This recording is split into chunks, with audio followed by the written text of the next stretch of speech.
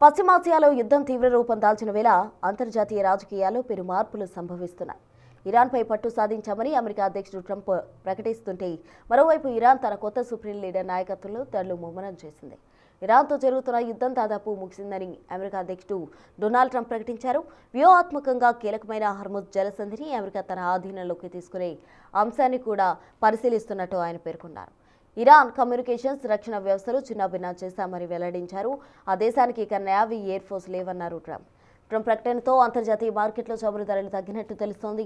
Barrel crude oil $88 American డాలర్స్కు పతనమైందని సమాచారం. అమెరికా, ఇజ్రాయెల్ ఉమ్మడి దాడులో మరణించిన అయతొల్లా అలీ ఖమేనీ వారసుడుగా ఆయన కుమారుడు అయతొల్లా మొజతబా ఖమేనీ ఇరాన్ తన కొత్త సుప్రీం లీడర్గా నియమించుకుంది.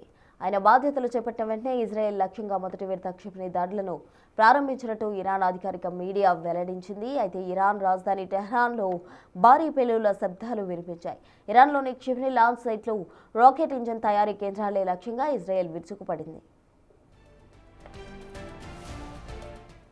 ఇరాన్ దాడుల నేపథ్యంలో బహ్రెయిన్ ప్రభుత్వం తమ పౌరులను అప్రమత్తం చేసింది. బహ్రెయిన్లో ఉన్న అతిపెద్ద ఆయిల్ రిఫైనరీ బాబ్కోపై ఇరాన్ క్షిపణులు పడడంతో భారీ నష్టం వాటిల్లింది. సౌదీ అరేబియా తన ఆయిల్ క్షేత్రాల వైపు వస్తున్న 4 ఇరాన్ డ్రోన్లు కూల్చివేసింది. యుఏఈ కూడా తన గగనతల రక్షణ వ్యవస్థల ద్వారా క్షిపణి దాడులు తిప్పికొడుతోంది.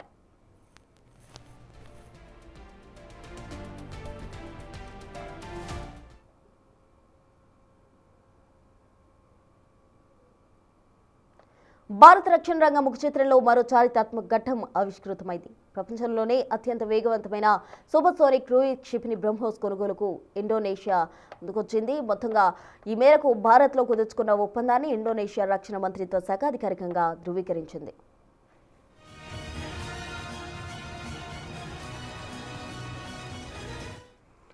చాలా కాలంగా సాగుతున్న చర్చల అనంతరం 2025లో ఇరు దేశాల రక్షణ మంత్రుల మధ్య జరిగిన ఉన్నత స్థాయి సమావేశం ఈ ఒప్పందానికి మార్గం సుగమం చేసింది. రక్షణ రంగంలో తమ వ్యూహాత్మక భాగస్వామ్యాన్ని పెంపొందించుకోవడంలో భాగంగా ఈ ఒప్పందం కుదిరినట్టు ఇండోనేషియా రక్షణ శాఖ ప్రతినిధి ఎకో రికార్డో సిరైత్ వెల్లడించారు. 2022లో ఫిలిప్పీన్స్ $375 మిలియన్ తో 3 బ్రహ్మోస్ బ్యాటరీల కోసం ఒప్పందం చేసుకోగా 2024లో వాటి డెలివరీలు పూర్తయ్యాయి. ఇప్పుడు ఇండోనేషియా కూడా అదే బాటలో పయనిస్తుండడం విశేషం. ఇప్పటికే భారత నౌకాదళం, వాయుసేన మరిన్ని బ్రహ్మోస్ సిస్టమ్స్ను ఆర్డర్ చేయగా అంతర్జాతీయంగా మరిన్ని దేశాలు క్షిపణి వ్యవస్థపై ఆసక్తి చూపుతున్నాయి.